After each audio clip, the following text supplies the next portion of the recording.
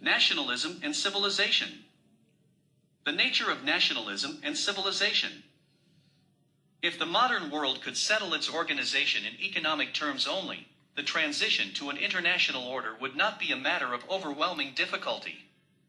The mechanisms of the credit system have already established an interdependence sufficient to overlap all physical boundaries, and modern scientific development, especially in the means of communication, is completing what economic discovery began. For practical purposes, we have already a world market, with its corollary of a world price, for the main essential commodities, and it is possible to infer therefrom an organized system in which each area would exchange the commodities it can produce under circumstances of special advantage against those similarly made by other areas. Nationalism and civilization are below discussed here. That was the order visualized by the free traders of the early 19th century. Free trade, wrote Cobden in 1842, by perfecting the intercourse and securing the dependence of countries one upon another, must inevitably snatch the power from the governments to plunge their people into wars. That has not, in fact, been the direction of events. The 19th century was, above all else, the epoch of nationalist development, and the events of our own time have made it clear that the end of its influence is even remotely within view.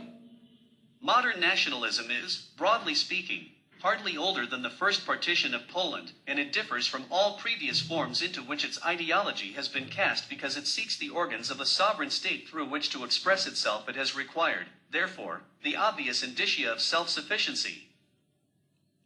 It has demanded each nationality an autonomous and independent government. The Italian will not serve the Austrian, as the Bulgar will not serve the Turk. It has sought frontiers that imply strategic security. France must have the Rhine as a barrier against German invasion. It has revived and developed the theories of Colbertism, and has sought, by means of the tariff, to make each nation a complete economic unit, and, having come to be, it has insisted that growth is the concomitant of life. Colonies, protectorates, spheres of influence, hinterlands of legitimate aspiration, all of these are the expression of that luxuriance of spirit which implies that a nation is mature. It is not insignificant that there is no powerful nation in modern Europe that has not won or lost a colonial dominion. In every case that has involved either temporary or lasting tutelage for the area concerned. Not seldom, also, the inhabitants of that area have themselves, like America, sought release from the swaddling clothes of colonialism, and they have emerged, or sought to emerge, into the full panoply of a national state. The idea of nationality is not easy to define, for there is no measurable factor to which it can be traced. The fervid nationalism of America has made it clear that race is of dubious importance, and, indeed, none of the older European nations can seriously lay claim to racial purity. Language is a factor of unquestionable significance, yet Switzerland has been able to transcend the difficulties presented by a variety of tongues. Nor does political allegiance explain anything.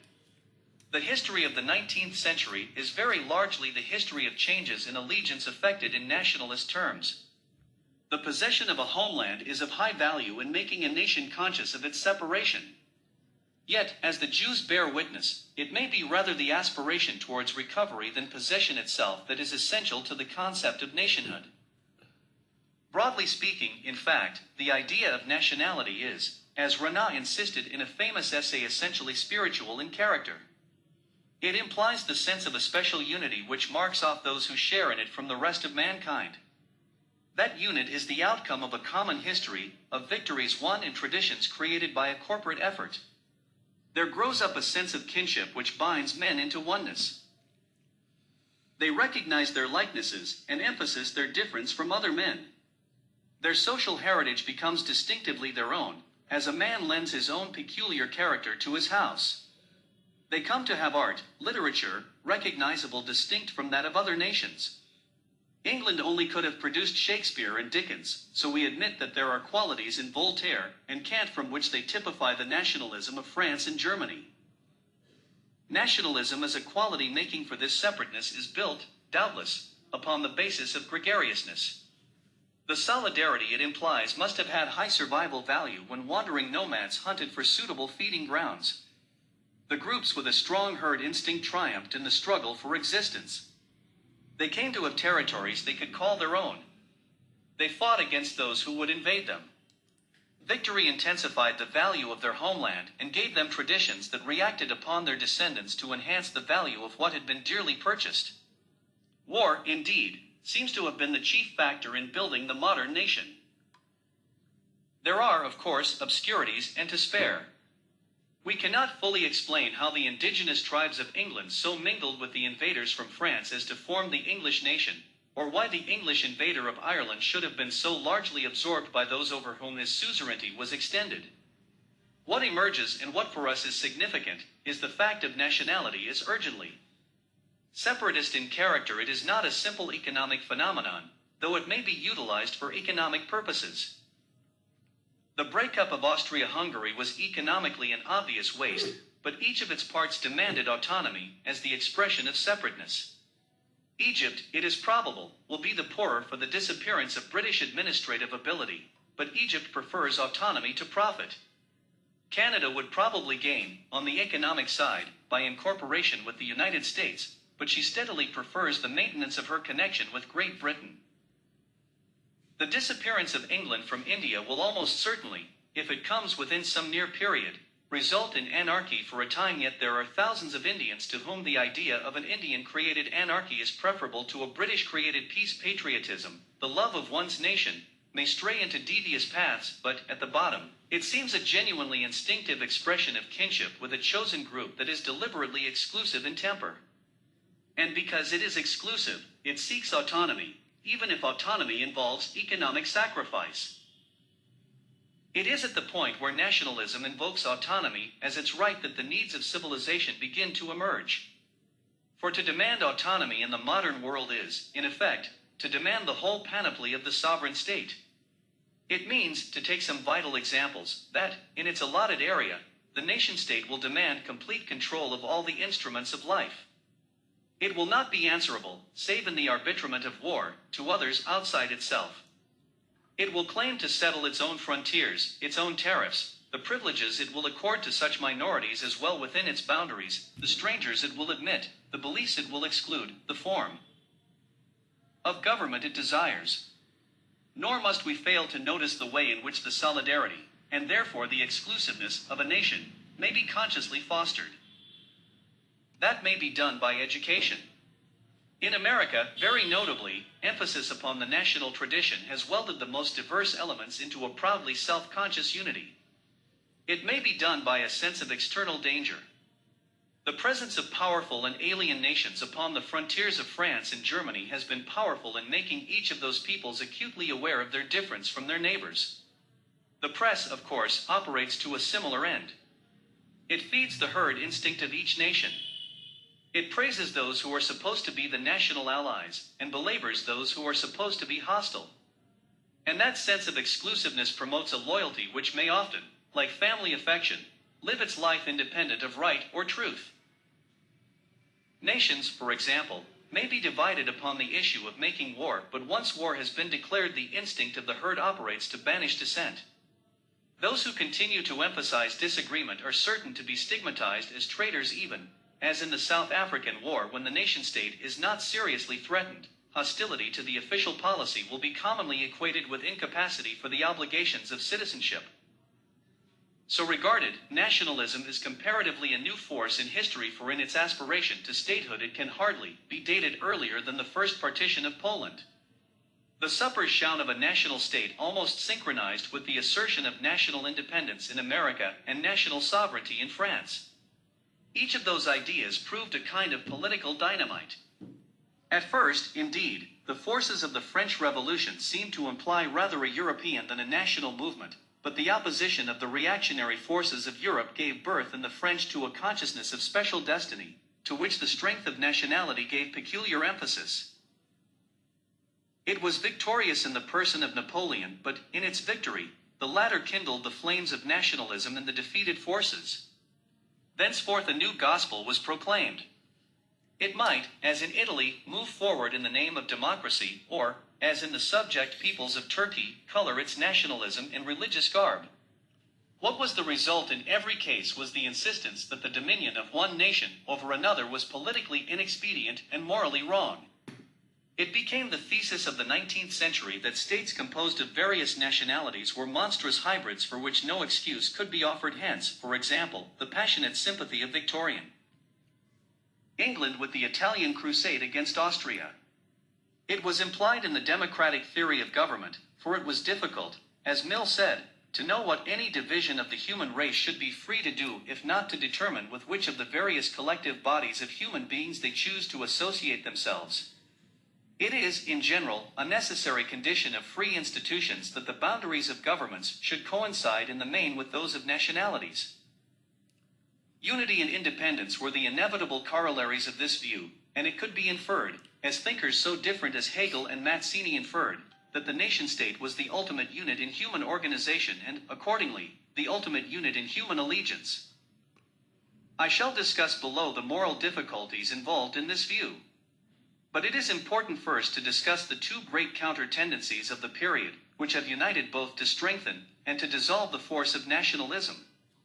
The one is the form taken by modern warfare, the other the inherent character of the industrial order. The second is, in some sort, the parent of the first, and it is convenient to discuss it as the main factor in the complex synthesis at which we have arrived. That factor is the character of modern industrialism. It has created a world market, and a world market implies foreign competition. The Englishman who manufactures motor cars must compete against the American engaged in a similar effort. The Lancashire cotton mill spins against India and France, America, Germany, and Japan. No nation can now consume all that it produces. It is compelled to find markets for its surplus goods, and in any given trade, it is worthwhile for a particular group of manufacturers to minimize the competition of their rivals in that trade. Domestically, the form taken by that minimization is a protective tariff abroad. It takes the form of colonization, of concessions in undeveloped countries, of favored nation clauses in commercial treaties, and the like. Freedom of international trade, in other words, becomes limited by the demands of nationalism. It is found, in the classic phrase, that trade follows the flag. The power of the nation-state may be exerted to obtain a market dominated by some special national group. That has been our history in India and Egypt, that is, largely, the history of Franco-German complications in Morocco. The trade may take the form of investment. A debtor country may be forced to accept tutelage in the interest of bondholders. It may take the form of an exclusive or semi-exclusive market. As power extends, nationalism becomes transformed into imperialism. The latter is most generally an economic phenomenon. The romantic penumbra of patriotism is exploited, as in the South African War, to consolidate the interests of some special group. The notion that the material resources of a given area are a matter in which the whole world has a concern disappears. They belong to that given area. They may be used wisely or wasted as the nation-state thinks fit. To interfere is to attack national prestige. The problem then becomes one of honor, and, unless compromise, as with the Baghdad Railway, is arranged, it is discovered that problems of national honor are unjustifiable. In that event, the only arbiter is war. These conclusions, I am urging, are irresistibles so long as the authority of the nation-state is held at the disposal of commercial interests. The instincts of the herd become inevitably manipulated to serve the special needs of a few ideals of self-sufficiency, the special protection of an infant industry, the privileged position of manufacturers vital to the national safety, are all involved in the contact between political authority and commerce. The emigration of America is regulated to serve the interests of businessmen who need cheap labor. When the working man organizes, his voting power is then satisfied by restriction upon its entrance. English manufacturers of motor cars obtain special patent against the foreign manufacturer. Armament arms are given battleships to build as a subsidy for the maintenance of their works. India demands special protection that she may develop industries that would not grow easily in the stern conditions of an open market. In the special conditions produced by the War of 1914, this atmosphere has been greatly intensified. The discovery of the significance of the blockade has meant that the necessaries of life involve a self-subsisting people, and, in the absence of other considered nations, that involves the building of trade upon a basis calculated to maximize protection against the dangers of war. Nor is this all. The character of modern warfare implies further difficulties for civilization. Its destructiveness is so great that the nation-state must direct the organization of its resources to safeguard itself from the dangers involved in the war. It must build its frontiers so as to make an attack as difficult as possible. It must, if it can, so distribute their boundaries as to have access to the commodities, especially wheat and coal and iron, the supply of which is essential to war. It must maintain armies beyond the expenditure justified by its resources, and, to that extent, deliberately impoverish itself in the interest of its security. But each of its neighbors will do the same, and there is engendered a competition in the armament of power which acts so as to jeopardize the maintenance of peace, to provoke an atmosphere of nervous hostility, and to induce the smaller states into alliance with powerful neighbors that they may win security by that multiplied strength, so organized. The distribution of nation-states resembles nothing so much as a powder magazine which, as in 1914, a single chance spark may suffice to provoke into a conflagration. Nor, I would add, is there reason to suppose that the control of natural resources by the state in the interests of security would diminish the explosiveness of the atmosphere.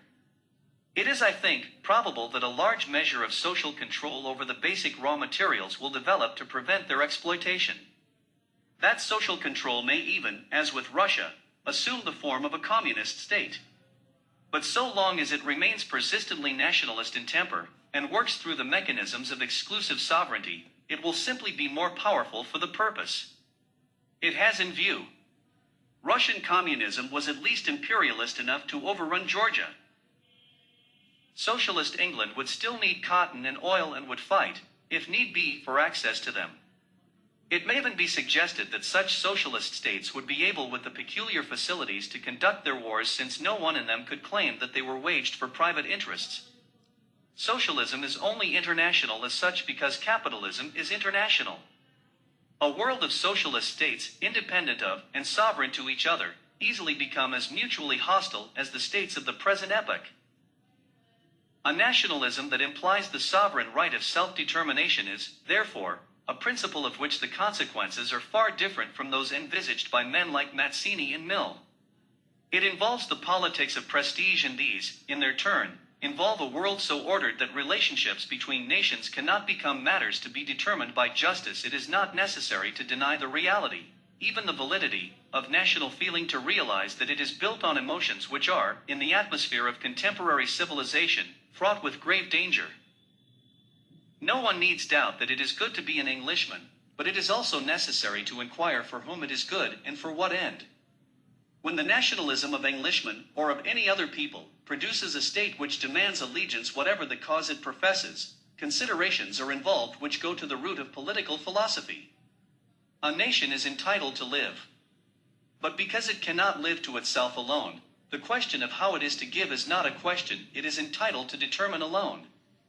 For in the political order of which it is a part, moral purposes are realized to which national interests, even, it may be, national existence, are secondary. Patriotism in a citizen is not the blind following of his nation-state wherever it may lead, and the rights of a nation-state do not consist in safeguarding its own interests at the expense of others. That is a politics of power which denies the idea of right in the relation between states, and it elementary, as Burke insisted in his indictment of Warren Hastings, that the denial of right abroad means, sooner or later, the atrial of right at home. Men cannot discipline themselves in justice to strangers without, ultimately, denying the duty of justice to their brothers. Nationalism and right. The problem, then, is the equation of nationalism with the right. I do not mean by right some mystic concept of transcendental ethics. I mean only that the interests sought to be realized are measured in terms common to all people affected by the habit of living together. I am arguing that since my neighbor is the whole world, I must so conceive my interest that it implies the interest of those with whom I have to live. It is the old truth that no man can live to himself set in the new terms enforced by scientific discovery. It means that, however we may recognize the separateness of those spiritual systems we call nations, there is a togetherness in their functioning which involves building the institutions of togetherness. Those institutions can be built only upon the basis of the joint decisions upon matters of common interest.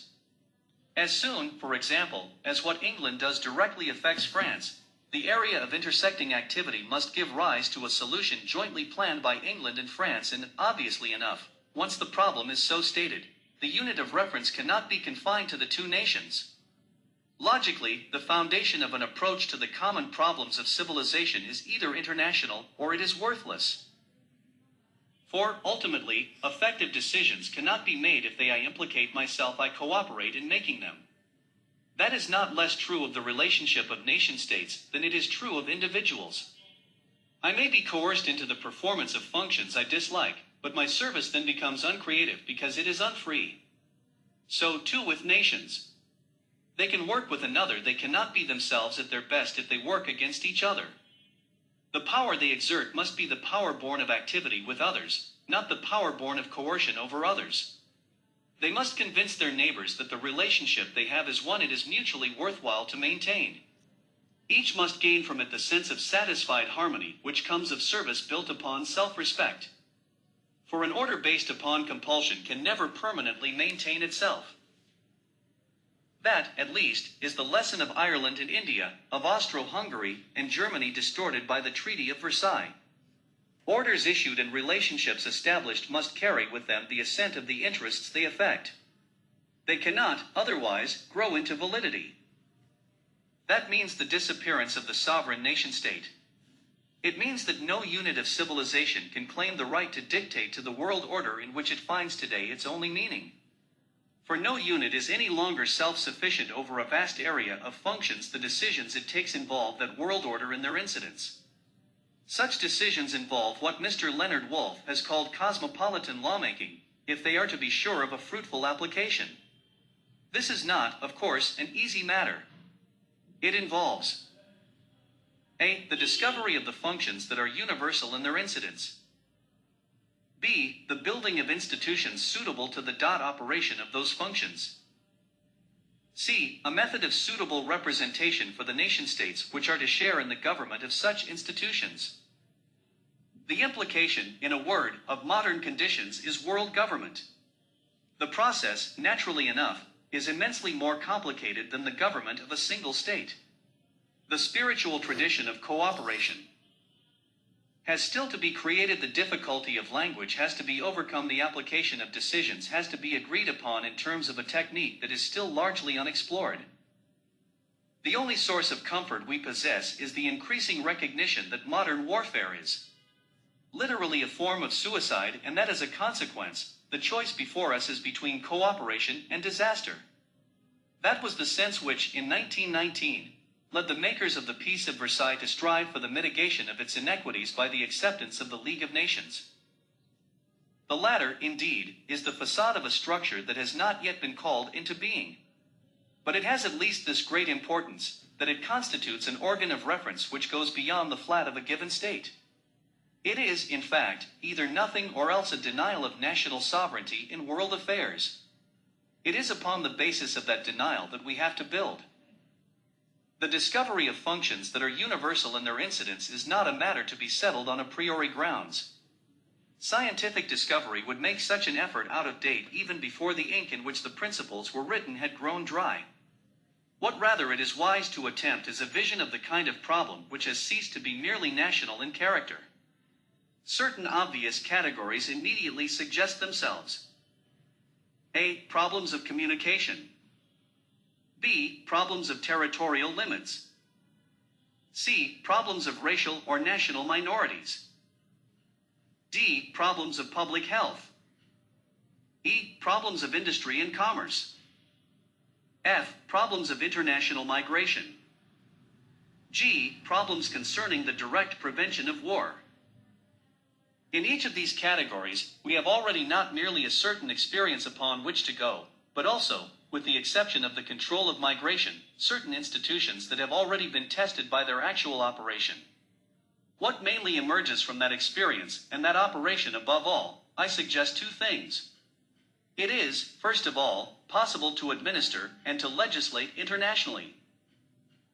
That has been shown in things like international maritime legislation, and such a complicated system as the International Postal Union, it is clear from the volume of achievement which already stands to the credit of the International Labor Office, it is clear from the very striking work of the Sugar Commission which arose out of the Convention of 1902.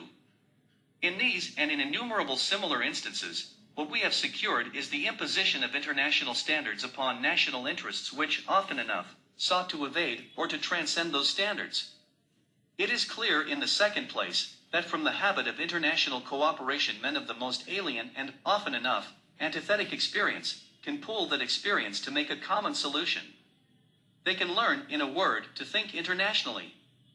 They do not cease to be English or French or German, but they learn to adjust their nationalism to a richer perspective. The second point of importance is the growing unification of law. We are compelled by the facts of civilization to find common rules of conduct that can be observed in Paris as well as Tokyo, in London as well as in New York. We can seek the universal establishment of a 48-hour week.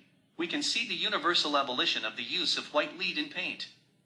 We are driven, in a word, at least to a common minimum of civilized life for all nation-states whose behavior at all seriously affects the world order. What we must realize is the need for driving this process of unification much further than it has so far gone. We must use it to distribute the raw materials of industry. We must use it for the settlement of tariff barriers. We must prevent, say America making, single-handed, the decision that the Philippines are unfit for self. Government, we must permit India to appeal beyond the decision of Parliament to the common will of a world unified into the League of Nations.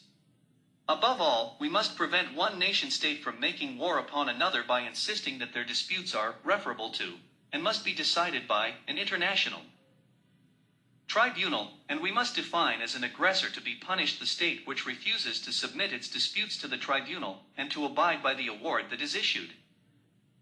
When we realize the implications of this unifying process, we begin to get a vision of the world at every point different from that which sees it as a system of isolated and independent communities. We reject this latter system in part because it is the root of conflict, and in part because its implications are out of harmony with the facts to which our institutions now need to be adjusted. But can suitable institutions be discovered through which this unifying process can be administered? There seems no reason to doubt that they can. I shall discuss in detail later in this book what seems an institutional pattern of which at least the large outlines are reasonable. What we need to know is whether the characteristic organs of democratic government, a legislature, an executive with a civil service, and a judiciary can be made flexible enough to apply to the complicated structure of world affairs. Here, certainly, there is room both for optimism and experiment.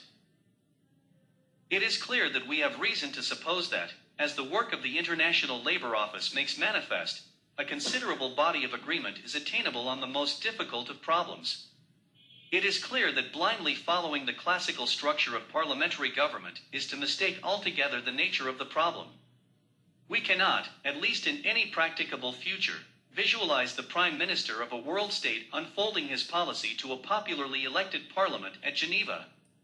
What rather we have to envisage is a continuous conference of governments in which mechanisms exist for effective compromise on the one hand, and for binding dissentience on the other.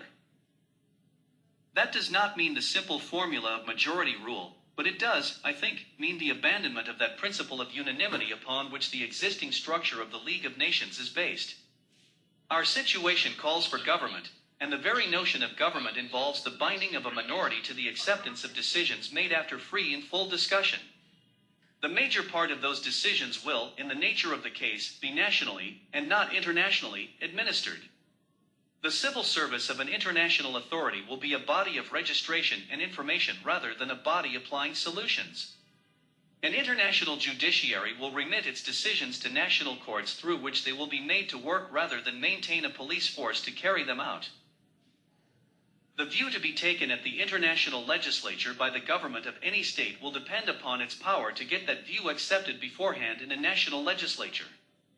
If it fails in its emphasis, it may lose its authority and be driven to resign, but the will of the international authority will be binding on its successor. The distinction drawn by Washington between influence in government is as urgent in international as it is in domestic affairs. Nor is the problem of representation on an international authority at all straightforward. At a time when the dogma of state sovereignty was at its apogee, it seemed logical to infer therefrom the notion of the equality of states and consequently, to insist upon equal representation. But we know from bitter experience that equality of states does not produce workable solutions. We cannot make, say, Yugoslavia the equal of the United States by giving it equal membership of an international body. We cannot win results that can be applied if, for example, the votes of the South American republics are to outweigh those of the great powers. Our problem is not the discovery of equal electoral districts as in a democracy where personalities are, on a given plane, to be equally weighed. What rather we have to do is to assure to each state qualified for membership a voice that can speak with freedom, and to states like England, America, Russia, that special authority which comes from their special incidence upon world affairs. The solution, I suggest, will be found in making the legislature of the international authority accessible equally to all states, while reserving permanent place, upon its executive to some only. The remainder may elect their representatives to sit with the delegates of the great powers, but they will be subject to the chances of elective fate. And it will, one imagines, be necessary to make the executive body a kind of upper chamber with a suspension veto which can only be overridden in peculiar circumstances. Urgent as these details are, they are still, it must be insisted, details. Once the principle of unequal representation is admitted, it does not become impossible to find a framework into which even the intricate network of modern communities may be fitted.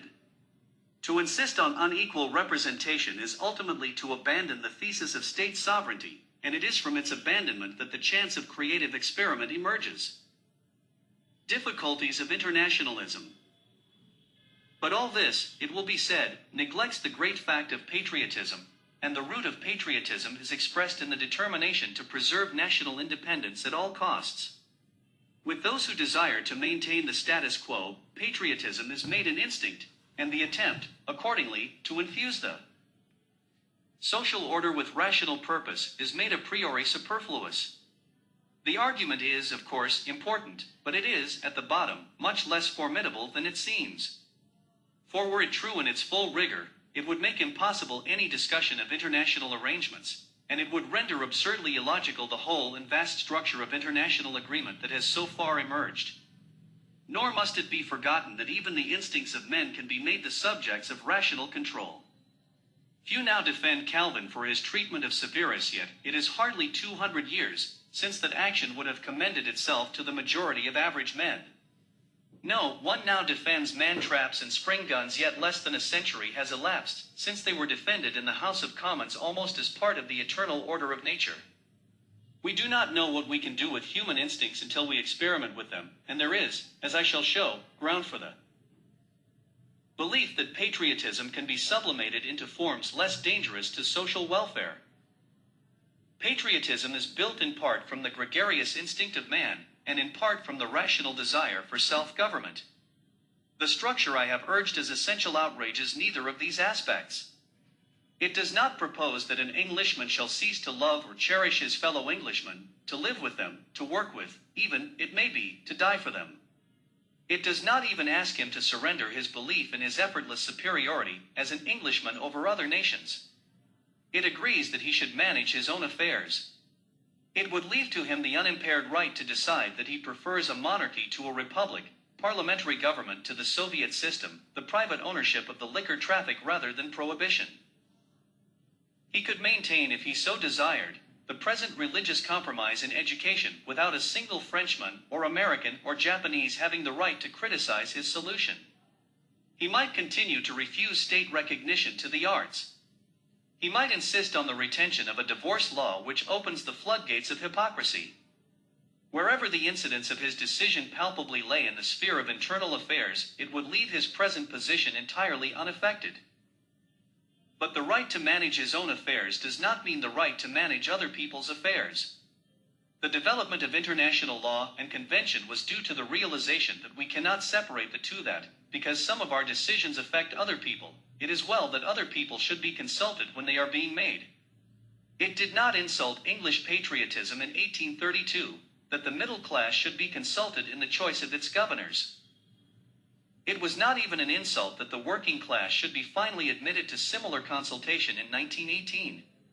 It was the perception that what touches all should be decided by all, a historic principle in the English government which broke down the narrow confines of the earlier system. Nor, though in a more meager way, has the history of international arrangements in the last century been very different.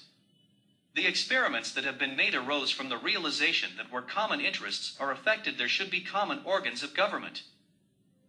That was the purpose, for example, of the Danube Commission. It has also, in a much vaster sphere, been the purpose, even if but half achieved, of the Imperial Conference. And the solid result that has emerged from the working of these arrangements is the knowledge that, granted goodwill, they can be extended into an efficient organization of the world order which makes provision for necessary unities even while it leaves room for the wise diversities of the human pattern of association. It's a one in many, but the emphasis of that oneness is not a denial of its indestructible pluralism. Nor is this all.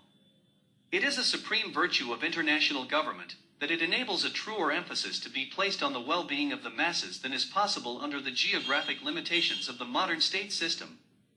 That is implicit, for example, in the conventions of the International Labor Office. They force upon a backward state those standards of industrial behavior which are demanded by the public opinion of the world. It brings out the true national interest against that private interest, masking as public welfare through the peculiar incidence of power in a given geographical area. No one, for instance, can seriously say that the protection of the man's man brothers in Morocco was so vitally an interest of 60 million Germans that a war with France over Morocco would have been justified. Whether they were protected or no, would have made no difference to any but a small number of investors in the concessions they had obtained. What, indeed, is called national interest in these cases is rarely other than the protection of a band of financial adventurers who are risking their capital under the protective armor of the National Foreign Office. Skillful propaganda symbolizes them as England or France or America, but the symbol is a tribute to the ignorance of the masses and not an offering upon the altar of their need.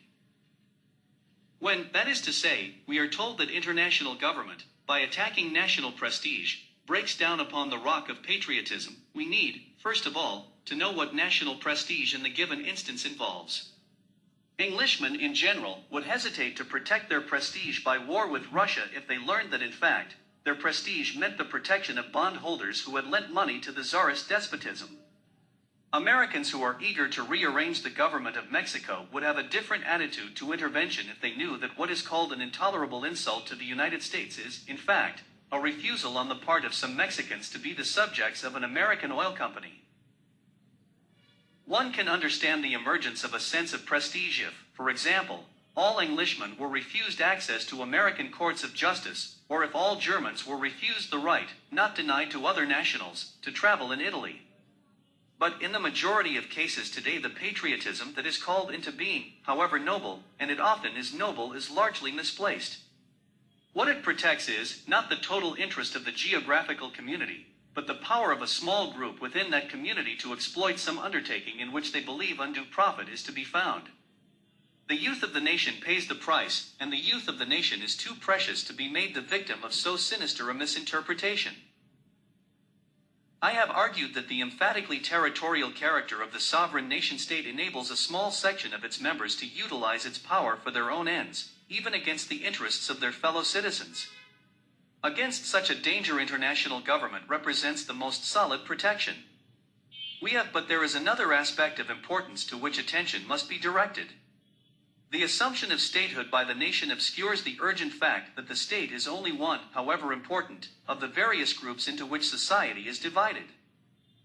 I argued earlier that the state is, in daily administration, the government, and that the government may lie at the disposal of special interest, and 2. That to enforce upon it organized a consultation with other groups is essential if the will realized is to represent a just compromise between competing wills.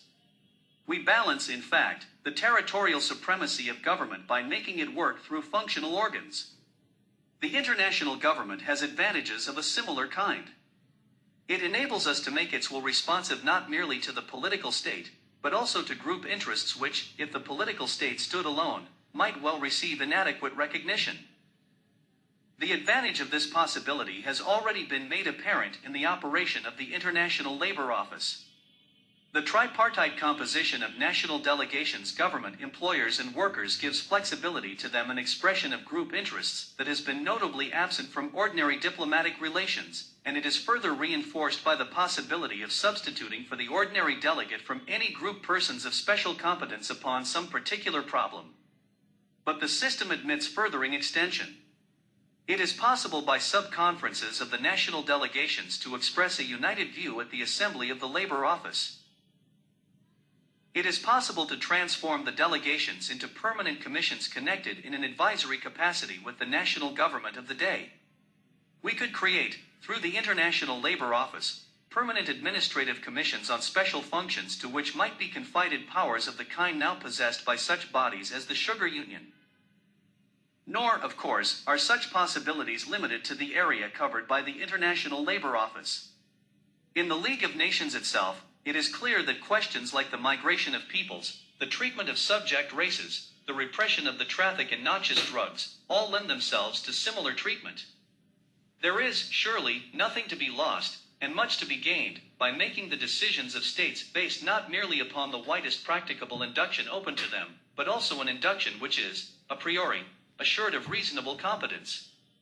All bodies which seek influence in the modern world, the cooperators, the trade unionists, the chambers of commerce, are driven to organize themselves internationally in the search to make their influence felt. More and more they are winning positions in which the state finds itself compelled to take account of their power.